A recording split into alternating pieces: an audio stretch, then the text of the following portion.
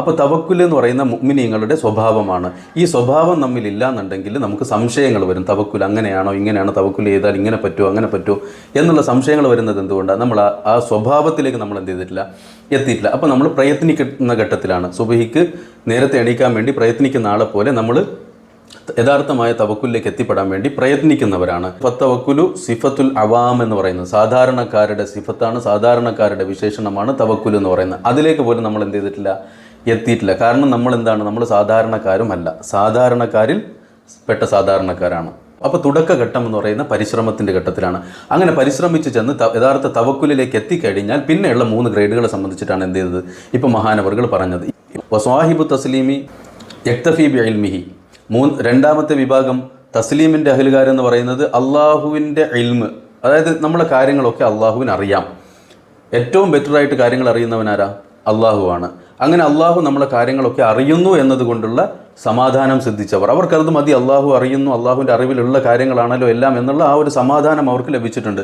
അവർ 1ാമത്തെ ഗ്രേഡിനേക്കാളും ഉയർന്നവരാണ് 2ാമത്തെ ഗ്രേഡുകാർ.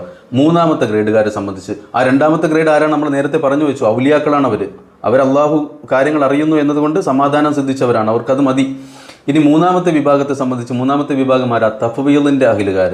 അവരെ സംബന്ധിച്ച് പറയുന്നത് മുവഹിദീങ്ങൾ എന്നാണ്.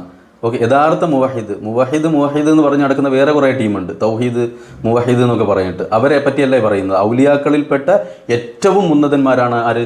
മുവഹിദീങ്ങൾ എന്ന് പറയുന്നത്.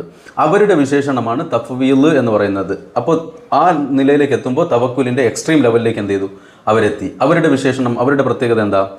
ഓ സ്വാഹിബു തഫ്വീൽ ഇർലാബി ഹുക്മിഹി. അള്ളാഹുവിൻ്റെ ഹുക്കും, അള്ളാഹുവിൻ്റെ കൽപ്പന എന്താണോ ആ കൽപ്പന കൊണ്ട് മതിയായവരാണ്. അള്ളാഹുവിൻ്റെ കൽപ്പന എന്താണോ അത് നടക്കട്ടെ.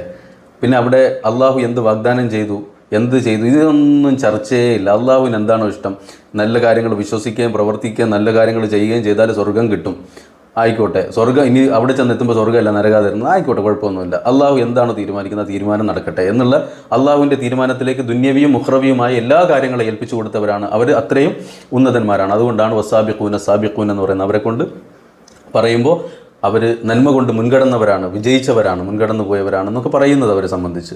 ഉലായിക്കൽ മുഖറബൂൻ, അവർ അള്ളാഹുവിലേക്ക് അങ്ങേയറ്റം അടുത്തയാളുകളാണ്. അപ്പോൾ അവരെ നോക്കിയിട്ട് നമ്മൾ പഠിക്കാൻ പോകുമ്പോൾ നമ്മൾ 1ാം ക്ലാസ്സിൽ പഠിക്കേണ്ടടുത്ത് 1ാം ക്ലാസ് പഠിക്കുക.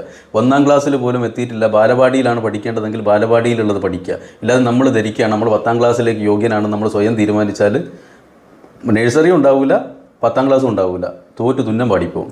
അപ്പോൾ നമ്മളുടെ നില അഫ്ളലുൽ ഇൽമി ഇൽമുൽ ഹാൽ, നമ്മൾ ഏത് അവസ്ഥയിലാണ് എന്ന് തിരിച്ചറിഞ്ഞുകൊണ്ട് വേണം നമ്മൾ എന്ത് ചെയ്യേണ്ടത്, കാര്യങ്ങളെ പരിഗണിക്കേണ്ടത്.